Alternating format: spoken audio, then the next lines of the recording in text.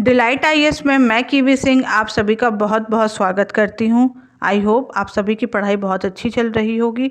देखिए, आज जो हम चैप्टर पढ़ने वाले हैं वो क्लास 12th के पॉलिटिकल साइंस का जो पार्ट 1 था उसका लास्ट चैप्टर है, चैप्टर 9 इसका आखिरी चैप्टर है। इसमें हम वैश्वीकरण के बारे में पढ़ेंगे। ठीक है, इसमें हम वैश्वीकरण का अर्थ पढ़ेंगे, इसके अभिव्यक्तियों के बारे में पढ़ेंगे, इससे किस प्रकार की जुड़ी हुई वाद विवाद है, इन चीज़ों के बारे में पढ़ेंगे। देखिए, इसका वैश्वीकरण का जो चैप्टर या जो शब्द का उल्लेख आपने देखा होगा कि जब हमने पूरी एनसीईआरटी पढ़ी है ना, इसमें कई बार किया गया है। और सिर्फ इसमें नहीं, कई प्रकार के कई और सब्जेक्ट में भी हम देखते हैं कि इसके बारे में उल्लेख करते हैं। तो हम इस चैप्टर में वैश्वीकरण की अवधारणा का विश्लेषण करेंगे, इसके कारणों के बारे में पढ़ेंगे, इसके वैश्वीकरण के राजनीतिक, आर्थिक और सांस्कृतिक परिणामों को समझने का प्रयास करेंगे। फिर हम यह भी देखने का प्रयास करेंगे कि वैश्वीकरण का भारत में क्या प्रभाव पड़ा और भारत इससे कैसे प्रभावित रहा है। इसमें हमने वैश्वीकरण को किस प्रकार से प्रतिरोध है और भारत के सामाजिक आंदोलन में इस किस प्रकार का इसका हिस्सा रहा है इसमें। ठीक है, वैश्वीकरण की किस प्रकार की स्थिति है, क्या अर्थ है, क्या प्रकार है, किस तरीके की चीज़ें हैं, इन सब के बारे में हम इस चैप्टर में पढ़ेंगे। अब हम आते हैं अपने प्रश्न की तरफ। हम देखते हैं प्रश्न क्या है हमारा। राजनीतिक और आर्थिक रूप से प्रभुत्वशाली सांस्कृतिक कम ताकतवर समाज पर क्या प्रभाव नहीं छोड़ता है, अपनी छाप नहीं छोड़ पाते हैं अपने नागरिकों की सुरक्षा के लिए, अपने उद्योग धंधों को बचाने के लिए या बच्चों की सुरक्षा के लिए। ठीक है, इसके बारे में हम लास्ट में डिस्कस करेंगे। हम बढ़ते हैं अपने चैप्टर की तरफ। सबसे पहले हम जानते हैं वैश्वीकरण क्या है। वैश्वीकरण एक बहुआयामी प्रक्रिया है जिसमें हम अपने निर्णयों को दुनिया के अनेक क्षेत्रों में क्रियान्वित करते हैं। ठीक है, और जो दुनिया के दूरवर्ती क्षेत्रों में लोग हैं वह व्यक्तियों के व्यवहार के निर्धारण में महत्वपूर्ण भूमिका निभाते हैं। एक अवधारणा के रूप में हम देखेंगे तो वैश्वीकरण का बुनियादी तत्व प्रभाव है। प्रभाव कई तरीके के हो सकते हैं, जैसे कि वस्तुओं का प्रभाव, पूंजी का प्रभाव, श्रम का, विचारों का, अर्थात कि इन सब चीज़ों का विश्व के एक हिस्से से दूसरे हिस्से में मुक्त प्रभाव को हम वैश्वीकरण कहते हैं। वैश्वीकरण को हम भूमंडलीकरण भी कह सकते हैं। यह एक बहुआयामी धारणा है। यह न तो केवल एक आर्थिक परिघटना है, इसमें सांस्कृतिक और राजनीतिक सभी प्रकार का संकल्प आता है। देखिए, सिर्फ हम आर्थिक स्थिति में या सिर्फ इकोनॉमी में नहीं कह सकते कि वैश्वीकरण है। यह सांस्कृतिक रूप से चीज़ों को बदला है, सामाजिक रूप से इसका प्रभाव पड़ा है और इसकी राजनीतिक तरीके से भी हमें चीज़ें बदलने को दिखी हैं। अच्छा, हम इसको उदाहरण के तौर पे समझते हैं कि देखिए, जैसे कि हम भारत में विभिन्न विदेशी वस्तुओं की उपलब्धता, भारत में आजकल किसी भी विदेश की किसी भी चीज़ों की उपलब्धता बहुत आसानी से हो गई है। और अब ऑनलाइन जब हम मार्केटिंग करने लगे हैं तब हम देखते हैं कि ये चीज़ें और बढ़ गई हैं। युवाओं को करियर के लिए कई प्रकार के अवसर मिलने, कई प्रकार के एमएनसी से जो अवसर हैं करियर के वह बढ़ गए हैं। किसी अमेरिका का अमेरिकी कैलेंडर और समय अनुसार सेवा प्रदान करना यह भी बहुत आसान हो गया है। इसके साथ साथ हम देखते हैं कि कई बार हम ये देखते हैं कि इससे विपरीत प्रभाव भी पड़े हैं। ठीक है, क्योंकि खुदरा व्यापारियों को डर है कि रिटेल में एफडीआई लागू होने से रिटेल कंपनियां आ जाएंगी जिससे उनका रोजगार छिन जाएगा और लोगों के बीच में आर्थिक असमानता में भी वृद्धि हुई है। देखिए, जो ये उदाहरण है ये सकारात्मक और नकारात्मक दोनों प्रकृति की हो सकते हैं। ऐसा ज़रूरी नहीं है कि यह जो चीज़ें हैं यह केवल एक तरीके से आ जाए। वैश्वीकरण के सकारात्मक जो हम प्रभाव देखेंगे, देखिए उसमें क्या आएगा, उसमें आएगा कि वस्तुओं एवं सेवाओं का प्रभाव हुआ है। अच्छा, रोजगार के अवसरों में वृद्धि हुई है। इसके साथ साथ तकनीकी और शिक्षा का आदान प्रदान हुआ है जिससे कई प्रकार की शिक्षाएं अब घर बैठे प्राप्त कर सकते हैं। जीवन शैली में परिवर्तन हुआ है। विश्व के लोगों का जुड़ाव हुआ है, विश्व का आपस में लोगों का जुड़ाव हुआ है। आज आप कहीं पर भी बैठ के कहीं पर वीडियो कॉल से बात कर सकते हैं लोगों से, आपको कांटेक्ट करने के लिए ज़्यादा सोचने की ज़रूरत नहीं है। इससे आर्थिक मजबूती मिली है और लोग आत्मनिर्भर भी हुए हैं। अब हम देखते हैं कि वैश्वीकरण के नकारात्मक प्रभाव क्या है। लघु कुटीर उद्योग का पतन हो गया है, अमीर अधिक अमीर हो गया है और गरीब अधिक गरीब हो गया है। जो आर्थिक असमानता की जो खाई थी वह बढ़ गई है। सांस्कृतिक पतन हुआ है, लोगों ने अपनी संस्कृति को छोड़ के क्या कह सकते हैं, पश्चिमी सभ्यता को अपनाने का प्रयास किया है। आर्थिक गतिविधियों में विदेशी कंपनियों का वर्चस्व हो गया जिससे जो भारत या जो छोटे और राज्य थे यहाँ पे जो हम देखेंगे कि इनके जो अपनी कंपनियां थी या जो इनके अपना उद्योग था उसमें कई प्रकार से हमें फैक्ट्रियां थी या जिस प्रकार के कपड़ा उद्योग था या इन तरह की स्थिति थी वह सब बंद हो गया है।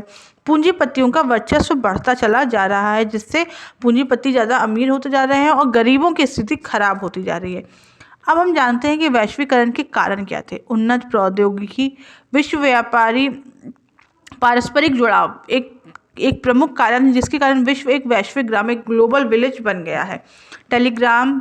टेलीग्राफ, टेलीफोन, माइक्रोचिप, इंटरनेट और अन्य जितनी भी सूचना तकनीकी चीज़ें, मतलब जितनी भी अन्य इंफॉर्मेशन टेक्नोलॉजी के साधन हैं, उनसे विश्व के विभिन्न भागों के बीच में संचार की क्रांति दिखाई गई है।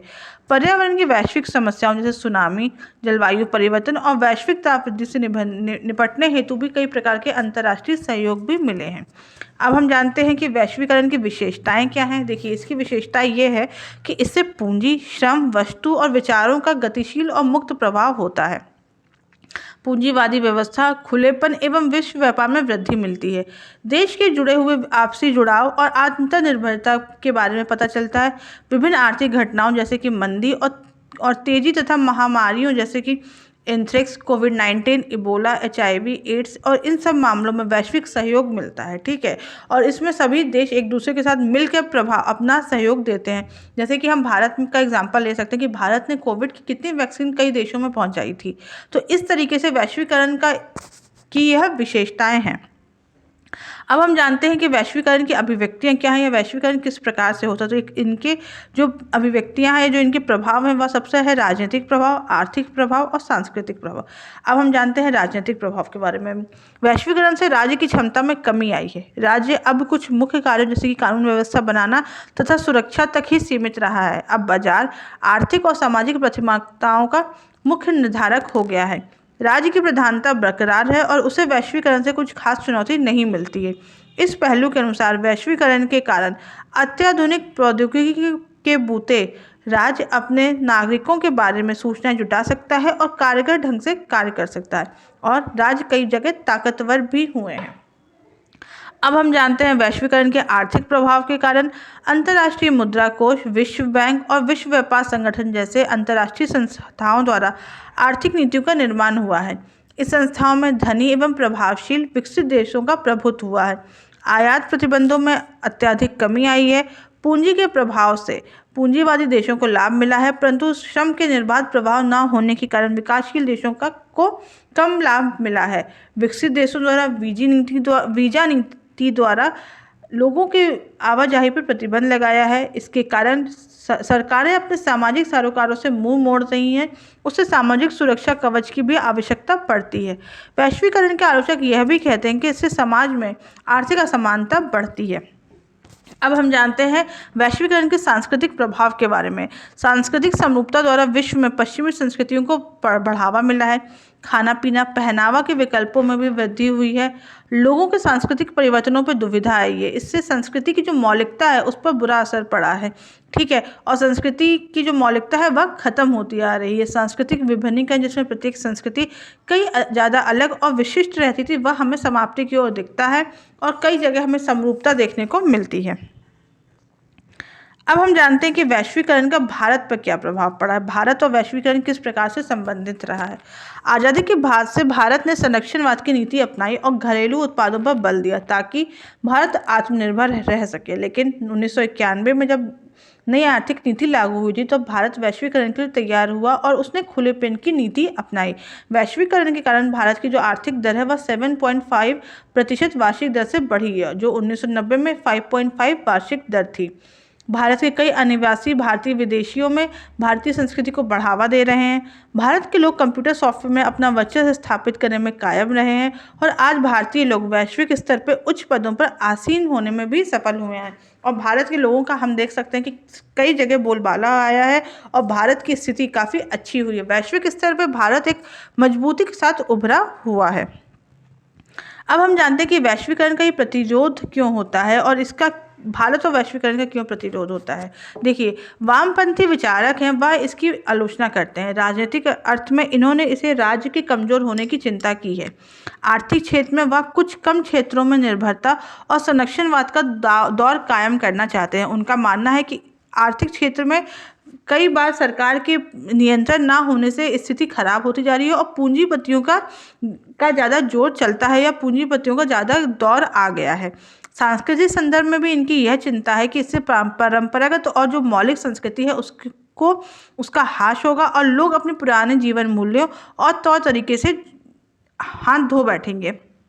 फिर हम देखते हैं WSF वर्ल्ड सोशल फोरम, इसका निर्माण किया गया है। ये नव उदारवादी वैश्वीकरण के विरोध का एक विश्वव्यापी मंचन है जिसके तहत मानवाधिकार कार्यकर्ता, पर्यावरणवादी मजदूर और युवा और अन्य महिला कार्यकर्ता आते हैं। 1993 में सिएटल में विश्व व्यापार संगठन की मंत्री स्तरीय बैठक में इसका विरोध हुआ, जिसके कारण आर्थिक रूप से जो ताकतवर देश हैं उनके द्वारा व्यापार के अनुचित तौर तरीके का विरोध हुआ।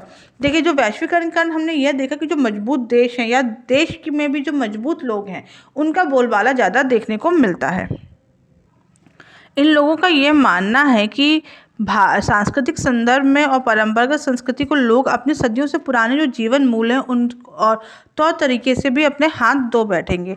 इनके आलोचक कई प्रकार के तर्क देते हैं, ठीक है, और ये राजनीतिक रुझान वाले तर्क हैं, ये वामपंथी राजनीतिक रुझान वाले तर्क हैं। इनका यह मानना है कि राज्यों के कमजोर होने से गरीबों के हित की रक्षा करने की उनकी क्षमता में कमी आती है। इस प्रकार की स्थिति से हमने यह देखा है कि वहाँ पर यह स्थिति देखने को मिलती है।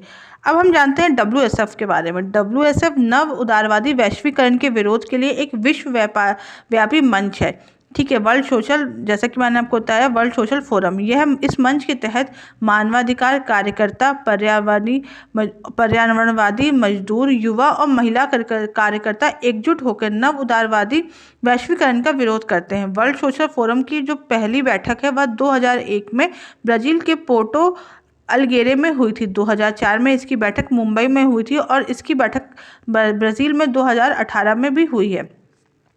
अब हम देखते हैं कि भारत में किस तरीके का प्रतिरोध किया गया है। देखिए, वैश्वीकरण को लेकर भारत में क्या अनुभव रहा है। सामाजिक आंदोलन से लोगों को अपने आसपास की दुनिया और को समझने की सहायता मिलती है। लोगों को अपने समस्याओं का हल तलाशने में भी यह आंदोलन मदद करते हैं। भारत में वैश्वीकरण का विरोध कई टाइम से हो रहा है। आर्थिक वैश्वीकरण के खिलाफ कई वामपंथी तेवर ने अपने राजनीतिक दलों के खिलाफ अपनी आवाज़ उठाई है, ठीक है। औद्योगिक, श्रमिक और किसानों के संगठनों ने भी बहुराष्ट्रीय निगमों, मतलब जो ये FDI के प्रवेश का विरोध किया है। इसके साथ साथ वैश्वीकरण का विरोध राजनीति में दक्षिणपंथी खेमों में भी हुआ है। यह खेमा विभिन्न संस्कृतीय प्रभावों का विरोध कर रहा है, जिसमें केबल नेटवर्क के जरिए जो उपलब्ध कर जो विदेशी चैनल है या जिस प्रकार से विदेशी संस्कृतियाँ हैं जो भारत की लोगों का मानना है कि वह भारत की संस्कृति को नुकसान पहुंचा रही है। इस तरीके का हमें विरोध देखने को मिलता है। अब हम आते हैं आज के प्रश्न की तरफ। आज का प्रश्न था कि राजनीतिक और आर्थिक रूप से प्रभुत्व सांस्कृतिक कम ताकतवर समाज पर कौन अपने प्रभाव नहीं छोड़ पाते हैं। तो अपने प्रभाव क्यों नहीं छोड़ पाते हैं। अपनी छाप छोड़ पाते हैं अपने नागरिकों की सुरक्षा के लिए, अपने उद्योग धंधों को बचाने के लिए या बच्चों की सुरक्षा के लिए। तो इसका उत्तर है बच्चों की सुरक्षा के लिए। देखिए, आज के वीडियो में बस इतना ही। ये जो चैप्टर है ना, ये इस पार्ट 1 का लास्ट चैप्टर है। क्लास 12 के पार्ट 1 का ये लास्ट चैप्टर है, ठीक है। अब हम पार्ट 2 के बारे में पढ़ेंगे, 12th का पार्ट 2। इससे पहले की जितनी भी NCERTs हैं वो कंप्लीट हो चुकी हैं, ठीक है। आप उनको जाइए, देखिए, और ये जितने भी आप रिवीजन करेंगे इससे आपको जो कॉन्सेप्ट है वह क्लियर होंगे। तो आप सभी से रिक्वेस्ट है कि आप जाके हमारे चैनल पर वह NCERT की प्लेलिस्ट देख सकते हैं। तो आज की वीडियो में बस इतना ही। अगर आपको इस वीडियो से रिलेटेड कोई भी डाउट हो तो आप मुझे कमेंट बॉक्स में बताएं और फ्री PDF के लिए हमारे टेलीग्राम ग्रुप से जुड़ें। Thank you so much.